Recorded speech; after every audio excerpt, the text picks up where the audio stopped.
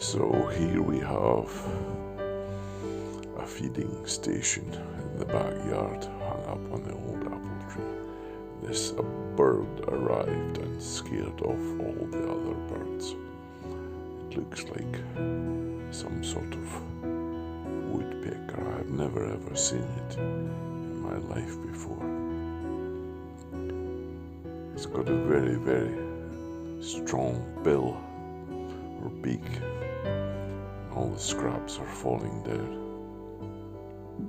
onto the ground there, and the squirrel is just picking up the pieces and really enjoying himself.